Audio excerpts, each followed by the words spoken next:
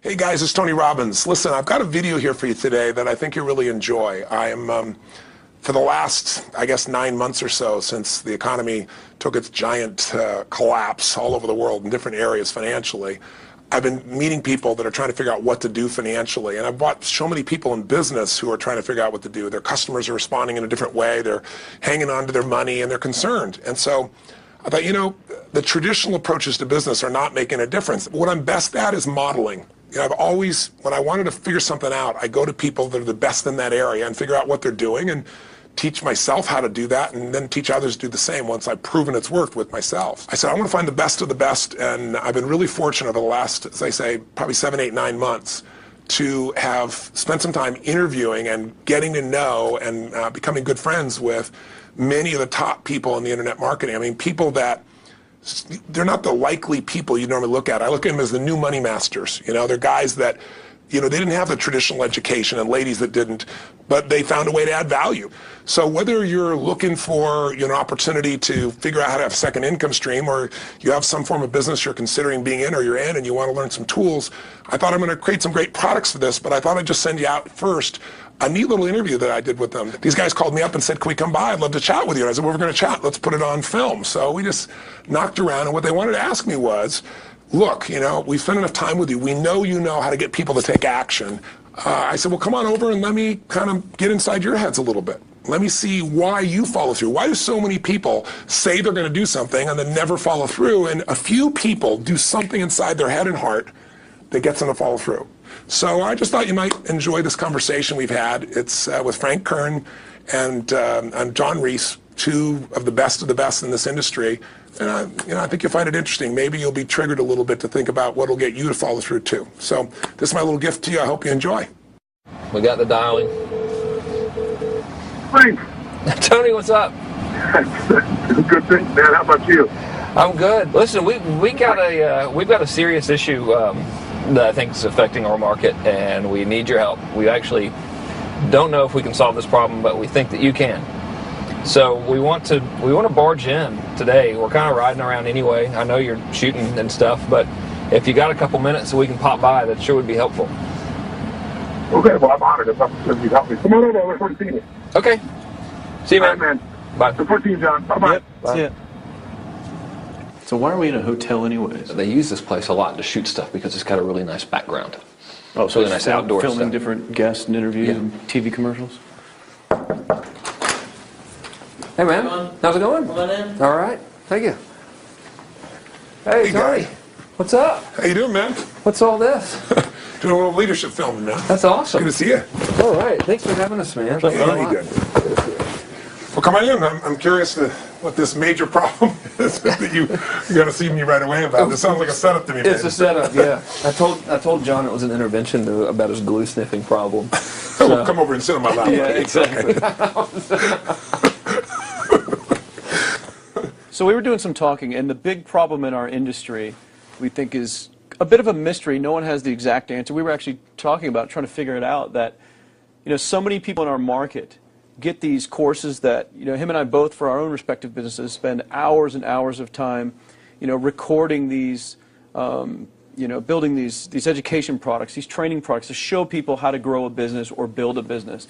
But there's this large segment of our customers in our market that we're in that really don't get results. They don't do anything, or they're just, you know, for whatever reason, it's not for them. It's just, you know, we were just talking about how great it would be if there were just, you know, so many more success stories, right? Like If everyone who actually bought stuff, not necessarily just our stuff, but all of the stuff within our community, if the people who bought it, if everyone who bought it just actually used it, you know, and just followed the directions and followed through, how amazing that would be, like what we would accomplish as a community as a whole if that happened. So our challenge is, what needs to happen, what kind of shifts need to happen to get people to follow through, to get people to actually use the products? You're talking about the same mystery that people have of, you know, why does somebody, you know, get that fat, or they're out of control and they hate themselves, but then they go have another piece of chocolate? Or, you know, why does the person who's just, the doctor just told them they have cancer, lung cancer, and said you've got to stop smoking, and some studies show 70% of the people keep on smoking. So you're not talking about a minor issue here, right? It's part of life. But there is an answer, because there are people that do follow through, and there are people that never did before, and then they've never followed through in their life, and now finally they break through. And that's what I try to focus on, is what those people do. You know, in my case, in the business world, I look at people like you, people like Dan Kennedy. What do these guys do? Okay, I'm just going to do that to the best of my ability.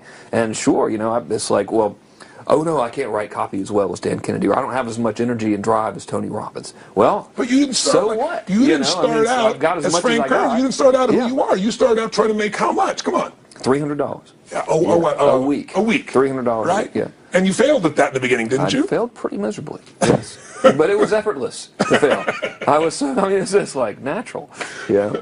But truthfully, you went from $300 to, I remember you said your first time you believed, if I remember, was when you made like $2,500 in like it 4 or was 5 days when I was on vacation. While you're on vacation. That was when the true internet marketing dream was realized, you know, Right. because I sold a downloadable product and I wasn't even there. I didn't have to ship anything. I was like, oh my God, this was so great, you know. $2,500, and to me that was just a gazillion, you know, because my rent I think was like $400 or something. And when you told me that story before, and you just did it again, and you get you big grin on your face, you get more excitement on your face than when you talk about doing 18, than when you talked about doing the 18 million, which I know you're proud as hell of, and you didn't get all the money, but you made 18 million bucks for somebody in 24 hours, right? Yeah. But look at your face.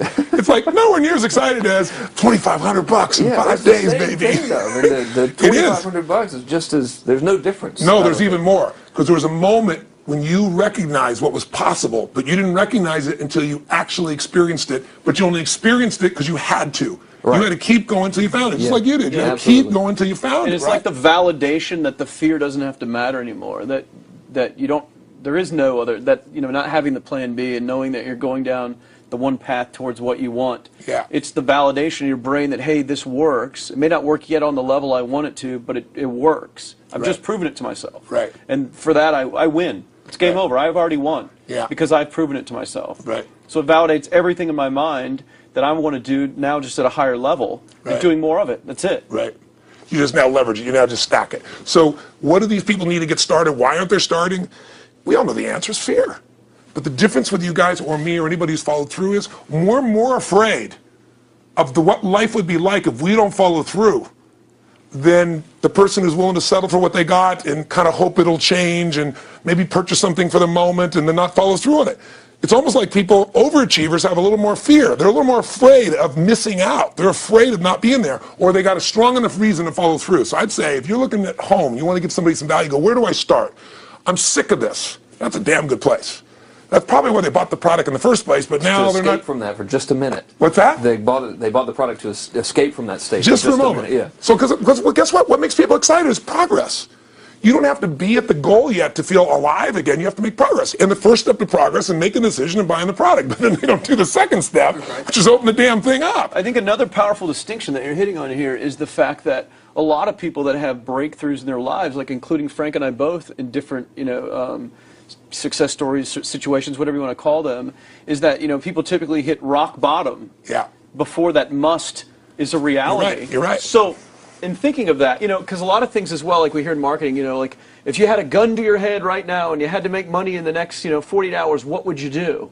And that really resonates with people. But so I just wanted to bring this into the conversation, because I think a big part of the market of all these people aren't people that have their backs completely against the wall yet. That's right. Okay, so they're not in a must situation yet.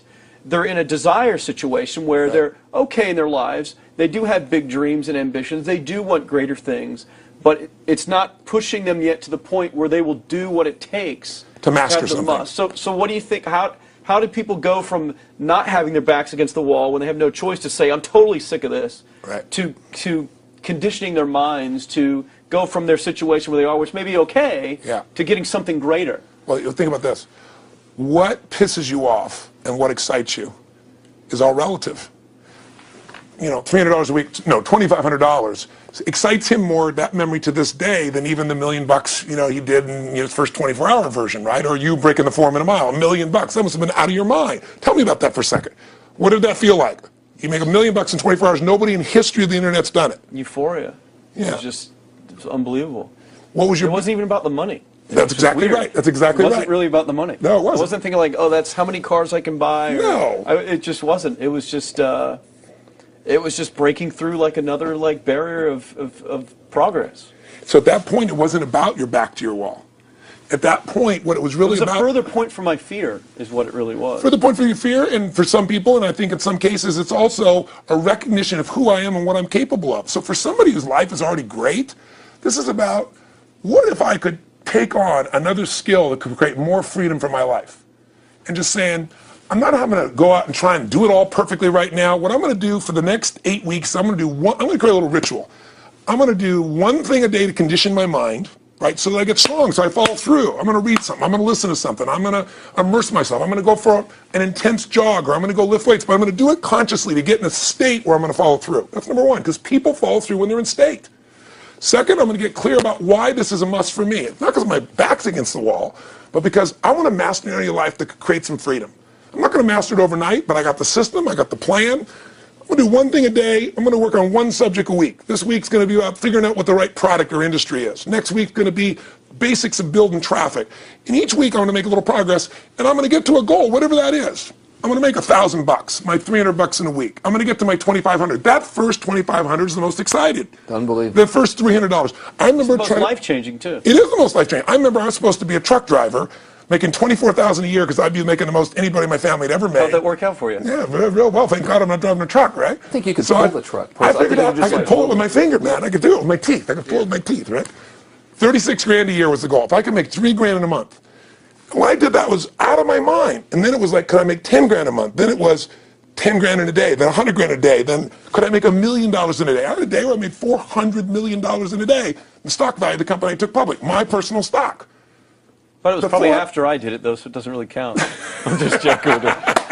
You're right. People don't remember who's first, Tony. 400 million, $1 million. Yeah, who cares? Who cares? No, I'm not saying that's to brag. amazing, though. I'm not saying to brag. of course. It's because they told me when I was on stage, I had this audience of about 15,000 people at the Continental Center. It was during a stretch break.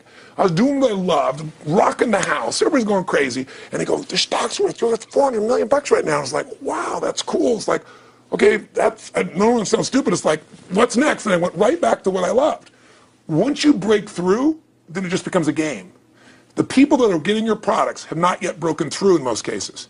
The breakthrough happens by conditioning your mind every day, by feeding it a role model or a story. It's putting yourself in a peak state where you follow through by getting physically strong. It's creating a little ritual of doing a little bit each day, and then you get momentum. But the most important thing of all is what we started out with. Why? Absolutely. Why is it a must for you? It doesn't have to be you're against the wall, but it has to be something you're hungry for, because the only difference in people is hunger. And if you're not hungry, get around people that are hungry and something will hit you. You watch a conversation, you get around people that are doing better, and all of a sudden you start going, my life sucks. I remember I went to a guy in LA. He's one of the most multi-billionaire guy, I'll never forget. And I lived in the Del Mar Castle, and I was really proud. That was like the symbol of me having taken myself from being poor to providing for my family this great place. It's built from castles in Europe overlooking the ocean, not far from you. And I went to this guy's house. He's a billionaire. He took me down to his wine cellar. I don't even drink wine. Went through this whole thing. At the end of the night, I was depressed. I lived in the Del Mar tenement, as far as I was concerned. I really was. I was like, I live in a crappy place, and all my standards changed. All of a sudden, I wasn't willing to settle for living that. All of a sudden, my back was to the wall in a different way, because as a man, I knew I was capable of more. So people can change their standard by getting around where it's better. People can change their standard by getting associated with what's true, like the bills they got to solve, the problems they got to do it. Or they can do it because they're excited, because it's something new they want to take on. Everyone's different, but they got to find the why, and they got to come up with some daily rituals to get them going, and just do a step at a time. That's where you get momentum. Awesome. That is awesome. So, think about what's the holy grail between somebody taking action or not. It's one word: certainty. When somebody is absolutely certain, the common word is believe, right? But, you can believe at a general level, or you can believe with certain. When you're absolutely certain that if I do this, it's going to get that result, and that result's going to change my life, you'll do it. When you think it absolutely is not going to work, you're never going to do it. The middle no man's land of maybe it'll work, maybe it won't, that's the piece that kills people, right? So if it's a must for you, you got to make it work, right? In our case, right? That's an example. If it's not a must for you and you're not sure, you don't know what to do. So years ago, I'd look around and say, okay, how do people get themselves to follow through that haven't been following through? What's the difference? And I started interviewing hundreds of people, literally, and eventually thousands, because I had thousands of my events. So I'd ask the group to give me their feedback. And I came up with this model. It's like the holy grail of belief, or the holy grail of momentum. It's like the difference between what makes the rich get richer and the poor get poorer. right? And the difference we all know is mindset, but like, how's that built? So this is what I did. I created stupid little 4 little boxes, and I'll scribble it here for you. You think about the first thing that determines whether you can do something or not, and I put that in this first box at the top here on the left side. It's potential. Like, what's the potential of a human being? Like, when you guys started, you proved something no one had done in history. You ran the 4-minute mile, right? For golly knows how many centuries, they're trying to run a 4-minute mile. Roger Bannister does it. How did he do it? Do you remember? You did it in this industry, right? You made $1 million in a day. No one had ever done that in history, right? After you did it, a bunch of other guys are doing it because it became possible. Roger Bannister didn't just go physically practice. He made a shift in his head. He practiced in his head because he could never achieve it physically, so he had to change in his head first so that the result became certain enough he believed it, and then his body got him through. After Roger Bannister ran that 4-minute mile, within 2 years, 37 people ran a 4-minute mile. Wow. When no one in history had ever done it. Now here's how it works. The potential for anybody getting your product is extraordinary. They can do what you've done as much, more or less. They can do whatever they want to do. The potential's there. The market's proven that. Whether or not they tap into that potential has a lot to do with what action they take, which is the question you came to me with, right? Like, you know, God, they all have potential, but they're not taking action. And we all know that the action they take is going to determine the results they get. That's pretty obvious. So most people have a belief about what their real potential is no matter what you tell them. And that affects how much action they take. And of course that affects the result. And then ironically, that result reinforces their belief. And then that belief affects it. So I'll give you an example. Let's say a person has unlimited potential, we all agree. But they take little action, little results. Why? Because they have to start with a problem with their belief. They don't believe it's really going to happen for me. Maybe for Frank Kern because he's got the cool hair and stuff, or maybe it's for you because you're so driven, but it's not me. Maybe Tony Robbins because he's a freak, got these big teeth. Whatever their thought process is, right? They got this thing, right? But what happens is, if you believe that there's very little potential, how much action are you going to take? Nothing. Nothing, little. And when you take little potential with a little action, what kind of results do you get? Lousy little results. And when you get little results, what does that do to your belief? You go, see, I told you this was a waste of time, told you this wouldn't work. And then what happens? You tap even less potential. You take even less action. You get even worse results, and your belief gets even weaker. And this sucker feeds on itself until you are in a downward spiral. It's poisonous. It's poisonous and it's self-fulfilling. Now, what if something could happen that could come along and fill you with a sense of absolute certainty? Not like I believe, but mean where you know. In you guys' case, mine as well, we knew because we had to. Because we burned the boats. There was no other option. We had to find a way. We weren't going to live that way. We all did it in different ways and for different reasons, but in essence, that was it. If you get yourself in a state of certainty that this is going to work, I'm going to find the way, and if this doesn't work, I will make the way, then you tap a lot more potential. And when you're certain in your potential, you take massive action. And when you take massive action, you really believe in something, you get great results. When you get great results, your brain goes, see, I told you I was a stud. I told you this thing would work out. Now you're even stronger. You tap more potential, take greater action, greater results. That's how you went from $300 in a week to $2,500 in 5 days to $100,000 in a month to $1 million in a day. Same thing with you. And we get momentum. That's why the rich get richer and the poor get poorer. Now some people go out and they go, well, I'm going to take a bunch of action. All right, I'm going to open this product. I'm going to try it. And they'll say to you, I even did it. But it's like a salesman who goes and knocks on the door, and he knocks on 100 doors and says, You don't want one of these, do you? yeah, exactly right. Yeah. And even if he doesn't say it verbally, his face says it because he doesn't believe it's going to work. So his voice, his body, the execution is so weak. Maybe if he talks to 100 people, somebody's going to buy out of pity. They don't want his kids to starve, right? But he's not going to get the result. So the core difference in people is how do you produce certainty when the world isn't giving it to you? You go out and you try. In your case, you're 100,000 in debt and nothing's working. How do you keep yourself going? The way you did it, the way I did it, the way you're doing it, we may not have done it consciously, is we didn't change our potential. That was there. And it wasn't even taking more action. Taking more action with a belief it's not going to work, it's not going to change anything. We got results in our head that made us feel certain as if it had already happened. True or false for you? True. Right? So give me an example so people know I'm not just making this crap up. Well, I mean, just like when I had nothing, I already knew I was driving like Ferraris and Porsches and stuff because I always wanted those cars. I already knew I was going to have them. It was inevitable. Right. I inevitably, that was just my inevitable outcome. But how did you do that? Did you have a ritual? Did you think about it regularly? Was it one time you thought about it, or was it something you had an obsession towards? I had an obsession towards it. I mean, I used to work at a video store, which is the last job I ever had in my life. Thank God. And I used to go to work almost every day and I used to bring 2 magazines with me to read on my breaks. Entrepreneur magazine, just to read about business and everything else, and read about what other people are doing, look for role models. And I used to carry an Auto Trader with me. And I used to look at Porsches that were for sale. And people always used to ask me, what are you doing with that Auto Trader magazine? I'm like, well, I'm just picking out the Porsche that I'm going to buy. Which probably got you a lot of crap. I did. People made fun of me. I actually had a boss at that job tell me, you know, you really shouldn't do that to yourself, John, because it's very, very likely that that is never going to happen. That it's very likely that you're never going to have that car. That's the kind of belief he was trying to put in my head. And I was like, no, you don't realize that it's inevitable that I will drive here sometime in the near future with that car when I'm not working for you and drop movies off for you to put back on the shelf. And that actually happened. And it was one of the most fulfilling days of my entire life. And the great thing was, when I pulled up in this car, I was, I was in my mid-20s. A car that most mid-20s. What kind of car was it? It was a Porsche 911 Turbo. It was a convertible and everything. Just beautiful car. It was one I always dreamed of having. But, you know, for a few years I always circled the ads of which ones I was going to buy. Well, when I finally got it and I pulled up at the store, you know, I had all these people, some people that were still working at this $7 an hour job were there years after I left.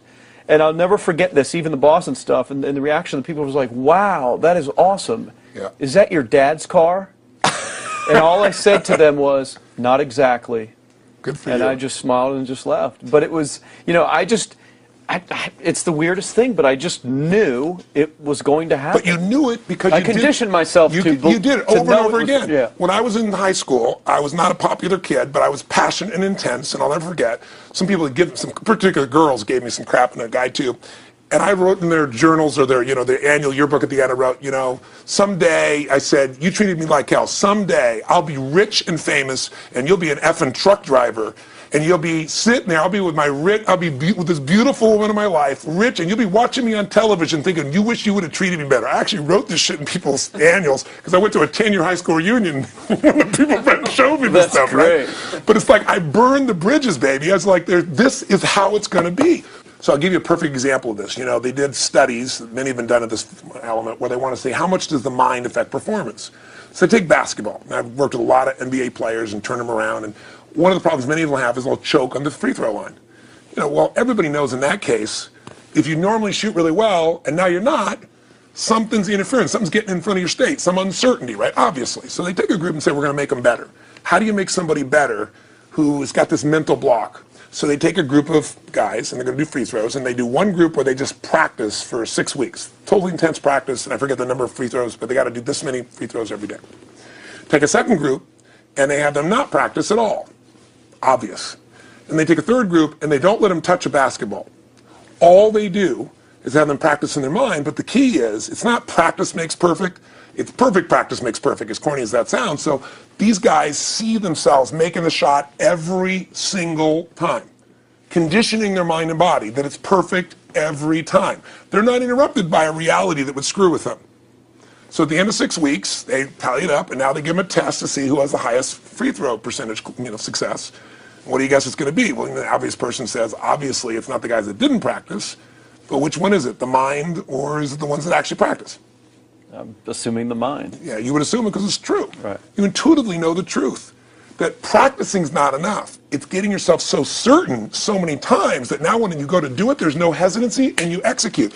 It's having that absolute certainty that makes you tap your full potential, take massive action, get massive results, be reinforced to have even stronger belief. This is what makes somebody a star at anything. It's like Jack Nicklaus, the golfer. Yes. He visualized every shot and where it was going, landing right where he wanted it before he ever hit it. Every single time. And what do most golfers do? Every single time. They just take a practice swing and they kind of hope for the best and point in the right direction and hit it. And some of them, if they've had some bad hits, what are they really focusing on? You know, what I don't want to do. Exactly. Exactly. And that's the same thing here. So I'll show you a little stupid little physical technique for this. So stand up for a second. You guys going to do this? The camera show? So try this for a second. So just put your feet together and then put your right index finger straight out in front of you like this. Okay? And all I want you to do is I want you to just turn clockwise comfortably as far as you normally turn. Just notice where you naturally stop. Go ahead and turn clockwise. People at home can do this too. Keep your feet straight. Notice where you stop. Come back around to me. Back around to me. Pretty good. Okay, good. Yeah, you're really good at this, right? Drop your hand. Now let's do something really simple. Close your eyes. And you don't even have to visualize, just feel. I want you to imagine your finger coming back up again. And this time, see and feel it coming up. Don't actually make it happen, but feel like it's happening. Imagine in your mind that you're actually doing it. You're seeing it, you're feeling it. And then make it like a game where you turn twice as far this time. Like you're a little kid, you know, somebody measures you and you go, I'm taller, come on, measure me this week. That desire to do a little further. And then in your mind, do it again. Your feet are straight together, and in your mind, feel your finger coming up, see it coming up, and imagine going 3 times as far this time. And then one more time, bring your finger up, and you're like an owl. Your feet are straight, and you turn all the way around, and it comes all the way around to the front. See it and feel it and enjoy it each time, like it's a game, like you can't wait to go further. And you know you do, every time. And then when you can feel that, and it feels good, then open your eyes, and now put your finger straight in front of you, and turn as far as you can comfortably, and see what happens this time. Go. Break my back. Now notice, I don't know if the camera's got it, but you don't have to ask the camera. You can ask yourselves. Come back around. Did you go further this time, yes or no? A lot further. A lot further. 50% further. 50% further. How much further for you? About the same. Yeah. The average person will go 25% further. Now here's the question. We're superior. We're superior pointer. There you go. It's your right finger pointer. Thank God. So, did you have the potential to turn as far as you did the second time, the first time? Yes. Why didn't you? I didn't believe it, I guess. We have beliefs about stuff we don't even know we have beliefs. You have an unconscious belief about how far you can turn comfortably. The first time I did it, when I pointed straight back, Yeah. I thought I probably shouldn't even go that far, like it was going to hurt me, or that I wasn't capable of going any farther. It's like, and how much further did you go this time? And the camera knows. Pointed over there. That's about exactly over there. right. Now here's the difference. The potential was there the first time, and you took action, and you got a result. But it was 50% less than what you did later on, and the only difference is they changed your belief. How did I change your belief? We didn't work harder on your potential. We didn't take more action. I got you to see the result in advance. I got to see it vividly 2 or 3 times. That's all. Of going further, and then your brain went, oh, I know what to do. Boom, it went there. Isn't that what you did by looking at your cars every single day and envisioning it? I mean, isn't that what you did when you created whatever the vision was? It was $300, $2,500, $1 million in a day? Yeah, that's what's missing for these people. They're not getting that execution is everything, but it doesn't happen if you don't get the psychology set of a state of total certainty. And you just change that 50% in 3 minutes worth of visualization. And visualization is only one technique. Because I was like losing my balance with my eyes closed, but I was kind of like lopsided, so I got one good visualization in. The rest of the time I was like, I sure hope I don't fall down on camera with my eyes closed. It's going to look really dumb. I don't have to do it. So you don't even have to be good at visualization. You can still get the improvement. So I want you to get, you ask the question, what is that difference in people? This changes people's certainty. People are uncertain they're going to succeed. They want it, but they're afraid. The best way to deal with a fear is get a big enough reason that makes you have to succeed, or condition yourself where you see it and feel it so often that you're certain that you just do it. That's all it really takes. That's awesome. You know, this worked. I was thinking this while you were talking about going to the Sit down so we can hear, hear this, and we'll go. You were talking about working in the video store and looking at the Porsches and stuff. I used to drive around in my car, doing the cold calling on the credit card machines. And one way that I would avoid cold calling, the pain of like cold calling and knocking on doors and everything, would be to listen to your stuff and listen to Jim Rohn's stuff. Wow. Just drive around, no particular destination, just to listen to it. And strangely, I still like to drive around. I prefer to listen to that stuff in the car for some reason. It's because it's where you got imprinted. I guess. I mean, it's like, well, I'll just drive up and down the coast and check out the ocean. Yeah. So I would drive around, and I would envision myself holding those types of seminars and teaching people that kind of stuff. And 3 weeks ago, I was teaching a seminar in San Diego, and I was talking about beliefs and envisioning things, and I had to stop. And I shared with the audience, I was like, you're not going to believe this, but I actually used to envision this very moment of me talking to you right now. So it really, really works. Definitely works. Makes a difference, I'd say. I'll tell you what, I worked with Andre Agassi in 1993, I think it was. He'd been #1. He dropped to 32nd in the world. And he was literally ready to quit with no exaggeration. His father was managing him, and he was so angry with his life. And he went through some, I think, wrist surgery at the time, and he's working on his swing. And he was dating Brooke Shields at that point. They weren't married, and not his current marriage, obviously. And so she said, you got to come see Tony. Because I don't need motivation. Because he's not motivation, man. He's strategy. He'll show you how to make that shift in your head. So he comes. I work with the guy. In the beginning, he's saying, do your magic stuff. Like, oh, yeah, great, thank you. And I said, tell me, if you ever hit a tennis ball perfectly, and I'm trying to get him in the zone to remember that time, like you visioned, where he was perfect at it. He goes, of course I have. And I get him vision over and over again. And finally, he's in the zone. He's feeling that again, right? He's seeing it, and he's feeling certain, and the swing is going perfect. And I said, how's that feel? He goes, it feels perfect. I said, but are you thinking about the swing? You're not thinking about the swing. You're not thinking about how to do it. You're just seeing the result you want so vividly that it's there. So all I did was train him how to go in that state over and over again. He won the next weekend. The second weekend he came in second. Within 6 months, he was #1 in the world again. And he gave me unbelievable credit. But all it was conditioning the mind. You did it with tape, so did I. We were just talking about this earlier, Pam and I. I used to go when I was 17 years old down in downtown Los Angeles, this place called Night Education, K-N-I-G-H-T, like in the night. And I'd save up all my money, work as a janitor, and I would get these tapes and listen to these things over and over and over again. I went there for years, and I didn't have enough money, and I leveraged everything I had, but I knew how to train my mind. It's the one thing I knew how to do. This man's name is Mario. I saw him in his 80s. You know, he obviously knows how my life turned out and was very proud of the role he played in that process. He used to tell people the story. This guy's the real thing. He didn't just start out this way. This is how Tony did it. He listened to these tapes. He conditioned himself, right? This is the real stuff. He passed away a few years ago. I'm calling his house, and he passed away, and his daughter was there, and she wanted to share with me that how I touched his life and so forth. But the best thing was, I thought, you know what? I want to get those tapes. I want to get that stuff that conditioned you. I want to go back to that moment like you did of, you know, that moment was visualizing, now I'm living it. And she said, he left all this in his will to you. So I have all these tapes now that are from the time when I originally went through, and like I'd go to sleep and I had these sleep tapes that conditioned my mind to believe that I could succeed even when I was sleeping, or to build energy in my body. And anybody who wants to succeed has got to know it doesn't just happen. You can buy a product, but you also, with that product, have got to condition yourself. You got to make it a must, and you got to get a ritual. And if you do it, whatever you used to dream about you thought was so huge, you'll just live it. You'll live it like you lived this yesterday, like we're all living the life that we envision. Because we had to, and because we played this game with our head. We got the belief to be real by seeing it enough times and feel it enough times till our brain believed it, and then it made it happen. Which raised the potential, which made us take more action, which got us better results, which raised our beliefs again. That's right. And then that's why the rich get richer and the poor get poorer. So instead of bitching about it, change it.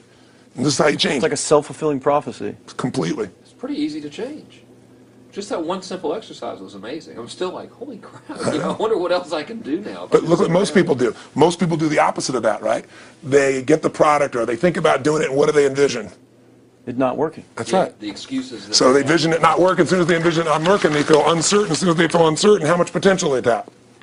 Little, if anything. And so they send back your product, and they listen to the damn thing. You know? And guess what? What does that do, by the way? They make that as another lousy result in their life. I didn't even follow through on that, and they believe even less. This process is the holy grail. It's where the whole game changes, and anybody can do it, and they can do it in a few minutes. And if they do it a few minutes each day, then they get a different life. They do it a few minutes one time, their life changes for the day. We're defined by our rituals. Everybody's got rituals, certain things they do every day. And what we three have in common, and anybody that I know of who has a life that they're living that was once a vision, is we saw it again and again and again, even when it didn't work, even when you lost 100 grand, even when I'm working as a janitor. There's something we would not give up on. And if somebody watching wants to change their life, they got to decide what they won't give up on, and then put themselves in the state of momentum by a couple little rituals. That's all it takes. And I think especially when it comes to anything related to making money, like making money products or promises or courses, people are so inundated with scams and all this garbage, true garbage, that, you know, their natural thinking is that they're so skeptical. It's like they fall into the conditioning of, well, if anything's ever going to work, that thing has to prove it to me before I believe anything.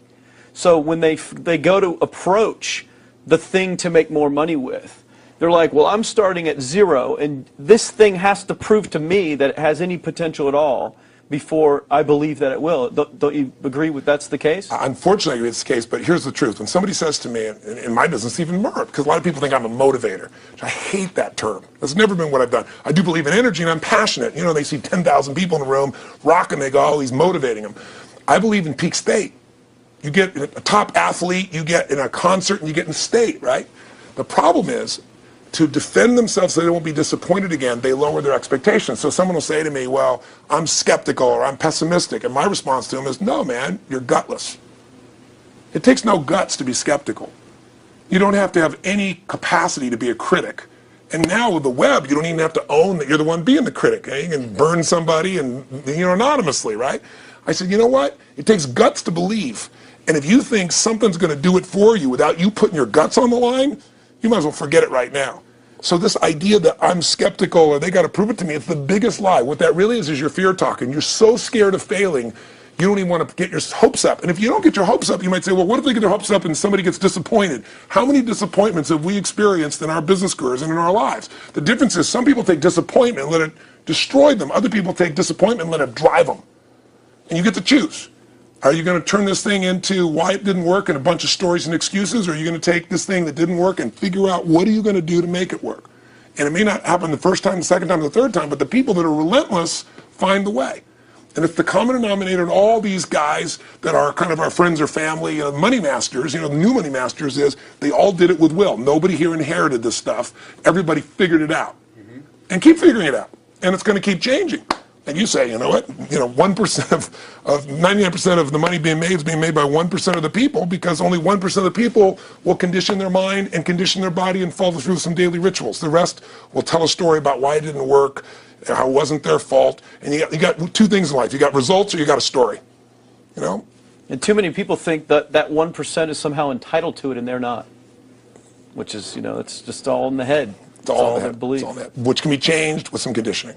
Basic conditioning. You just proved it to us. That's fun. That's why I made Get the Edge and Personal Powers, because I understood that from the very beginning. Originally it was 30 days, and years later people would say, I've heard all the great results and everything else, man, but I don't have 30 days, and I'd be behind the glass, focus group, watching these people and want to shake them, like, you don't have 30 days to change your life, I thought, okay, I'll make it 7 days, just one, because after 7 days, you get momentum. I mean, think about it. When do people's lives change? In a moment. It doesn't change in 10 years. Your life may have sucked for 10 years, but there's one moment when your whole life changes, the moment you decided. When you said, no more, and I'm doing it, and you kicked yourself in the ass, and you made yourself go do something, right? When you finally said, enough, no more, I quit, or let's begin, or I love you, there's a moment when somebody's life changes. And that can be gotten in a couple of days. So people watching don't have to wait until they've mastered everything. They got to get started and do what's next, and just put themselves in a state where they start making some progress. Well, there it is. I think that's the answer that can help solve that problem with a lot of people. They'll just pay attention to it and do it. The bottom line is, all three of us and some of the people that we consider as family that are part of this process, we've all done well, and we don't need to do this stuff. We're able to do the stuff because underneath it all, people can see in your eyes, Frank, when you talk about $2,500 you made that day, and the joy, right? Or you talking about not willing to settle, and just, I don't care what they say, they tell me I'm going to sit here and I should lower my expectations. I'm going to be driving my car in here and they're going to be delivering a video to me. There's something inside of every human being that will make it click, that'll make it so that today is not like yesterday and tomorrow will be different forever. And that process is an emotional hook. And what I hope is people watching this stuff, maybe something in here will piss them off enough or remind them of something or say there is a plan and it isn't just luck.